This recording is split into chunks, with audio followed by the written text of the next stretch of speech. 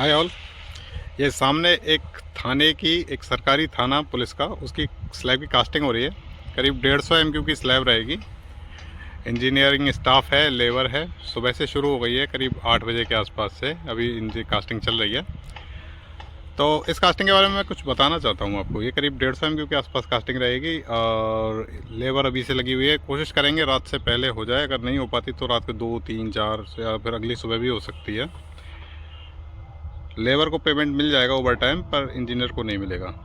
चलिए थोड़ा डिस्कस करते हैं। अब मैं फ्रंट कैमरा ऑन कर रहा हूँ, अभी डुअल कैमरा चल रहा था, अभी फ्रंट कैमरा ऑन करता हूँ। देखो, एक्चुअली सिविल इंजीनियरिंग एक ऐसा प्रोफेशन है जो, ये अभी जो टास्क चल रहा है यहाँ पे, ये सबसे इम्पोर्टेंट टास्क माना जाता है। स्लैब की कास्टिंग हुई, चाहे किसी भी प्रकार के कंक्रीट मेंबर की कास्टिंग हुई, बहुत इंपॉर्टेंट माना जाता है, क्योंकि इसके बाद ही कंपनी को मोटा पैसा मिलना शुरू होता है।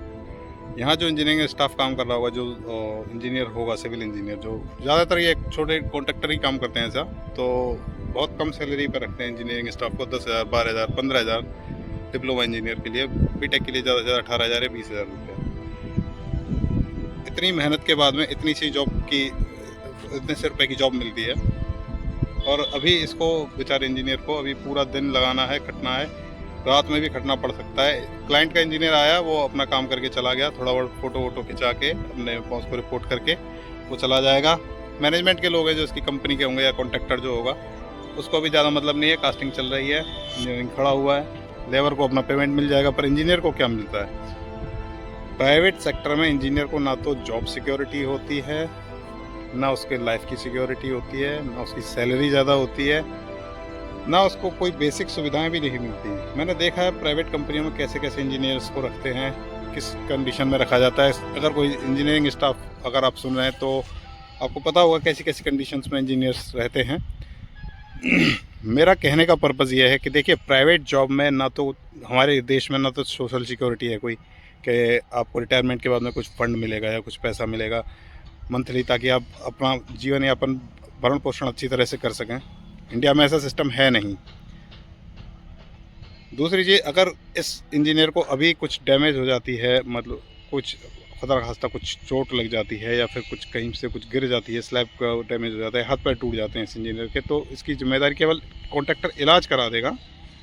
उसके बाद में अगर इसके ज़्यादा डैमेज हो गई, परमानेंट डैमेज हो गई, तो फिर इसको घर बिठा दिया जाएगा। हालांकि सरकारी विभागों में ऐसा नहीं होता। सरकारी जॉब अगर इस इंजीनियर की रहती तो इसको साइट पर खड़े रहने की भी ज़रूरत नहीं थी, साइट पर काम चलता रहता, इसका केवल काम साइन करने का रहता, उसका भी इसको अच्छा खासा ऊपर से भी कमीशन मिल जाता। पर सरकारी नौकरी मिलती कितनों को है? सरकारी नौकरी बहुत कम लोगों को मिलती है। टाइम से सैलरी आती है, फिक्स वेतन रहता है, अच्छा वेतन रहता है, गवर्नमेंट अच्छा पैसा देती है। फ्रेशर डिप्लोमा इंजीनियर को 50,000 के आसपास, और बीटेक वाले को 60, 70, 80 तक देती है, एएन को। द पॉइंट इज़ कि हमारे यहाँ गवर्नमेंट जॉब की बहुत ज़्यादा वैल्यू है।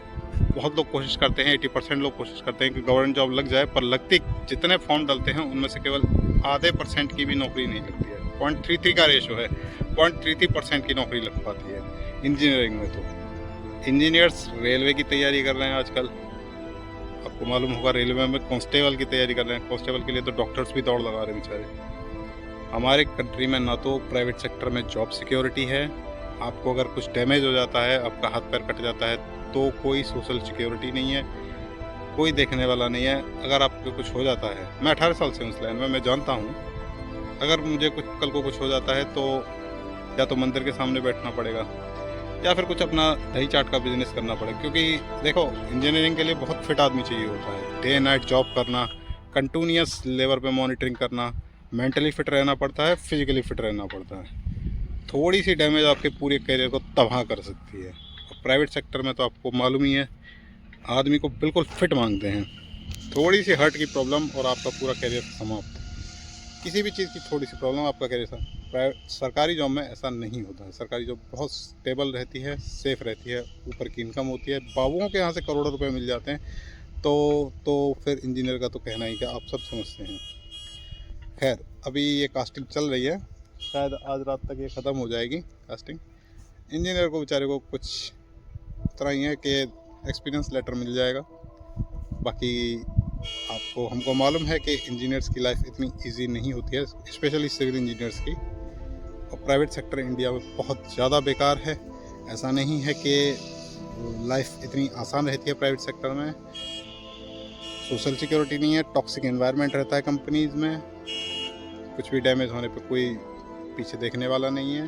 गवर्नमेंट जॉब में अगर कुछ हो जाए तो आदमी को पीछे जॉब मिल जाती है, फैमिली मेम्बर को।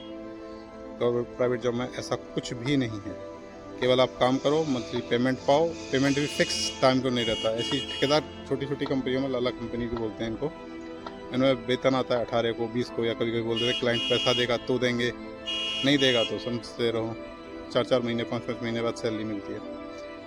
तो उस स्थिति में भारत का इंफ्रास्ट्रक्चर कैसे डेवलप होगा जब आप इंजीनियर्स को अच्छे सैलरी नहीं दे पाएंगे। इंजीनियर्स और टीचर्स जो बिल्डर होते हैं नेशन के, उनको अच्छी सैलरीज नहीं मिल पाएंगी, सोशल सिक्योरिटी नहीं मिल पाएगी, प्रॉपर ट्रेनिंग नहीं मिल पाएगी, तो हम उम्मीद कैसे करें कि अच्छा इंफ्रास्ट्रक्चर जो है इंडिया में डेवलप होगा। किसी का पैसा मार के कंपनियां समझती हैं कि हमने बहुत पैसा बचा लिया, ना लेबर लॉस फॉलो होते हैं, 12 घंटे 16 घंटे जितना मर्जी चाहे जितना काम कराओ, लड़का करता है क्योंकि उसको पता है फैमिली का प्रेशर है, सोसाइटी का प्रेशर है, समाज क्या कहेगा, दोस्त क्या कहेंगे, इसके चक्कर में सब लगे रहते हैं। पर हमारे यहाँ ना सोशल सिक्योरिटी है और ये सब की धज्जियाँ उड़ जाती हैं। खैर, वीडियो पूरा देखने के लिए धन्यवाद। जिन्होंने पूरा वीडियो देखा, इस मुद्दे को थोड़ा सा उठाते हैं क्योंकि ये मुद्दा बहुत ज़रूरी है। इसी से हमारे देश का इंफ्रास्ट्रक्चर रुका हुआ है। क्लाइंट के इंजीनियर्स को कोई विशेष ज़्यादा मतलब नहीं रहता, जो है इन लड़कों के हाथ में ही है, जो साइट पे खड़े हुए हैं और जो काम करवा रहे हैं। थैंक्स।